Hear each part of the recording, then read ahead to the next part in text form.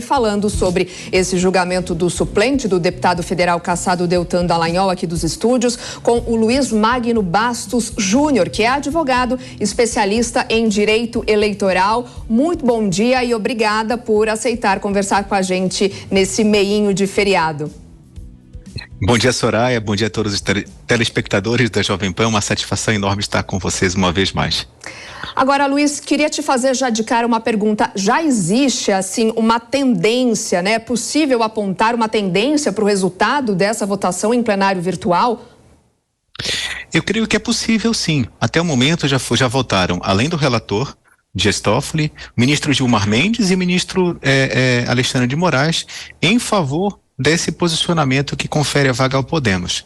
São ministros que têm posicionamentos muito fortes, muito claros, muito bem definidos e que exercem uma influência bastante significativa em relação à corte. Então, eu acho que a gente pode afirmar que há uma tendência de manutenção da decisão nesse sentido, sim. Manter, então, com o Podemos já para, na sua visão, manter esse balanço partidário, né? Porque a gente tem aí, como a gente ouviu agora do repórter Bruno Pinheiro lá de Brasília, essa briga partidária, né? De um lado Podemos, do outro PL.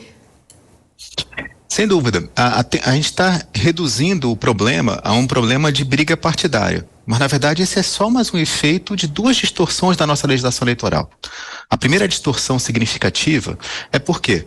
Porque há um período muito curto entre a data de registro e o julgamento dos registros até as eleições. Então, esse tempo de 45 a 50 dias, ele é reduzidíssimo para que os partidos possam inscrever e para que esse eleitoral possa aferir as condições de registro. Então, assim, esse é um problema que acontece desde 2016 e que efetivamente gera esse impacto.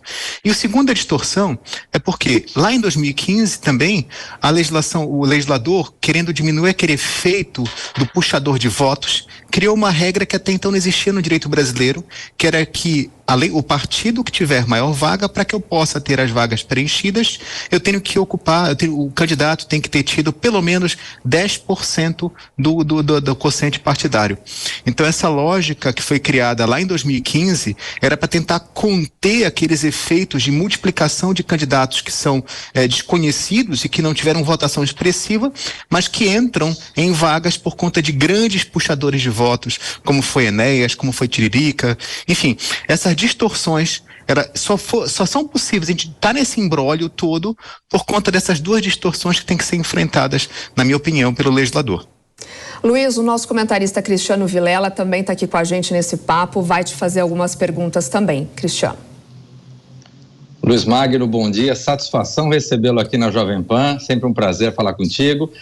Você não entende que para o cidadão, para as pessoas de uma forma geral, pode parecer um pouco difícil de conseguir compreender que o fato de ter uma candidatura que tenha o seu registro indeferido e que esse julgamento tenha ocorrido antes da diplomação, ele acabe produzindo um determinado efeito e que aquela candidatura que já tenha sido indeferida depois da diplomação, depois inclusive de se assumir o mandato, ela acabe gerando um outro efeito? Como é que a gente consegue explicar isso, tornar o direito seguro, né, e explicar isso para a sociedade? Cristiano, é uma satisfação enorme estar falando contigo uma vez mais, é uma honra e uma alegria debater essa questão contigo. Mas é uma pergunta que vale milhões, né? Tentar explicar o nosso sistema eleitoral, em especial o proporcional, para o brasileiro médio, é uma tarefa muito difícil. E se para formados em direito, para advogados, para estudantes, já não é uma tarefa simples, que dirá para a grande população. Sem dúvida alguma. Na verdade, me parece que temos duas perplexidades, né? E que causam uma grande, digamos assim, ansiedade em relação à população em geral. Primeiro, a imensa maioria dos votos que foram depositados por Deltan Dallagnol, a rigor, foram depositados para ele, pessoa física, não por conta do partido em que ele está. Então essa ideia no Brasil que a gente tem de uma hiperpersonalização dos candidatos em relação aos seus partidos gera um problema difícil de compreender a lógica do sistema proporcional, porque todo o sistema proporcional ele é construído pela percepção de que as vagas têm que ser distribuídas para os partidos políticos. Então quando eu tenho uma situação em que a imensa maioria dos eleitores paranaenses votaram no Deltan Dallagnol, votaram em verdade no Deltan, não no Podemos, na lógica dos eleitores. Só que no sistema eleitoral brasileiro, o que eles votam? Eles votam para o partido Podemos. E o que essa decisão do Supremo está a dar como resposta é dizer o seguinte: olha, eu tenho que preservar a lógica do sistema proporcional. E que, por via de consequência, se aqueles votos eram válidos na data do julgamento, o eleitor tinha uma primeira manifestação da Justiça Eleitoral de que era legítima aquela candidatura, então eu tenho que preservar essa expectativa do eleitor. Então, baseado nessa, digamos, ficção que o Supremo Tribunal Federal constrói esse posicionamento e dizendo o seguinte: olha, se existia uma legitimidade daquela candidatura e que até o momento não existia pronunciamento do poder eleitoral, ou existia um pronunciamento favorável àquela candidatura, então o eleitor vai às urnas sabendo que pode confiar que o seu voto será depositado corretamente. Agora, a questão toda é que, muitas vezes, esse eleitor vai à urna pensando em votar em pessoas, não em partidos. E quando faz isso, você acaba gerando essa perspectiva de frustração. Na verdade, no fundo, a maior parte do eleitorado paranaense não está muito preocupado com a decisão do Supremo, porque não está preocupado com Hawley ou com o deputado do PL para fazer quem vai ocupar a vaga do Deltan Dallagnol, porque aqueles que votaram no Deltan preferiam que ele tivesse ali e não o Podemos ou o PL. Portanto, acaba gerando uma certa, digamos assim, apatia de alguma forma, me parece, no eleitorado sobre os impactos concretos dessa decisão, a meu juízo.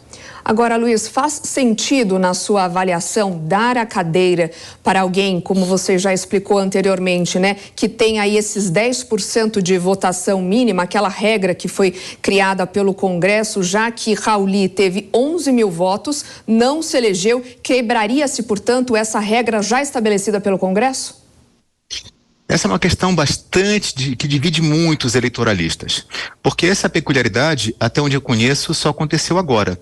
Apesar dessa lei ter sido criada em 2015, esse efeito de uma retotalização ou um recálculo baseado nas regras vigentes só aconteceu nesse momento, porque a imensa maioria das vezes eu já tenho uma decisão da Justiça Eleitoral que que indefere o registro, ou enfim, que isso acaba impactando muito pouco na contagem final ali na frente, porque essa peculiaridade não é muito frequente. Já aconteceram situações em 2016, inclusive, nas eleições municipais, em que um partido teve o número mínimo de votos para ter o quociente partidário, para ter uma vaga na Câmara, na Câmara dos Vereadores, só que nenhum dos candidatos obteve 10%.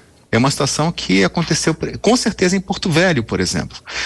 E é uma situação bastante inusitada, porque eu tenho um partido que, na lógica dos partidos políticos, ele conseguiu pegar nomes que tivessem grande densidade eleitoral reduzida, mas que no seu conjunto obteram votos suficientes para ter uma vaga.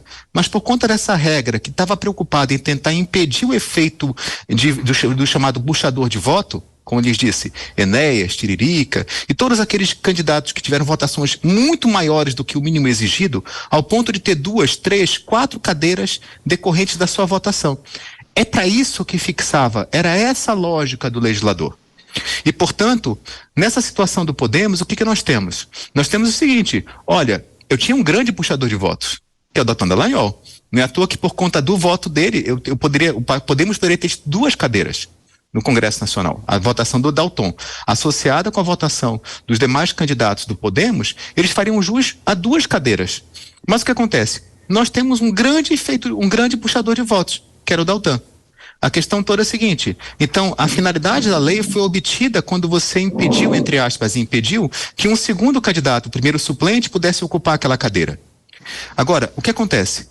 Quando o próprio Deltan tem o seu registro indeferido subsequentemente e, portanto, são validados os seus votos para o Podemos, a grande questão é que a gente não pode fechar os olhos de alguma forma por essa escolha paranaense de 400 mil votos em favor de um partido. Volto a dizer, apesar dessa perplexidade, porque a imensa maioria das pessoas não votou no Deltan por causa do Podemos, mas por causa do Deltan. A gente sabe disso. Né?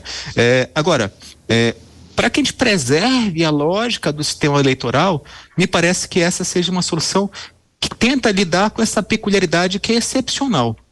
Agora, me parece que talvez o fundamento mais adequado para que eu pudesse declarar ou que eu possa me manifestar quanto a essa lógica seria o reconhecimento de que toda vez que um partido tiver pelo menos uma vaga no quociente partidário que não preencha 10%, eu vou ter que então assegurar esse partido de ter representatividade. Me parece que essa regra de exceção, que vai ser excepcionalíssima, porque essa situação não é peculiar, não é recorrente, ela seria aquela que melhor se coaduna com o sistema proporcional de um lado e criando exceções que não corrompem, que não criam disfuncionalidades no próprio sistema. Porque eu teria que me valer de uma lógica de que o cara era suplente e, portanto, não exijo mais a regra do suplente. Só que ele passou a ser titular e ele não preenche os requisitos do titular. Então, tentar encontrar uma solução que possa atender esse reclamo da lógica do sistema proporcional, eu acho que tem que ser com uma regra que possa ser universalizável, que pode ser aplicada em outros cenários. Vamos aguardar então, né, esse resultado dessa votação, até que rápida, em tempo curto, aí em 24 horas os ministros vão precisar depositar seus votos ainda no meio do feriado, né? Muito obrigada. A gente conversou com o Luiz Magno Bastos Júnior, que é advogado e especialista em direito eleitoral. Até uma próxima oportunidade. Boa sexta para você.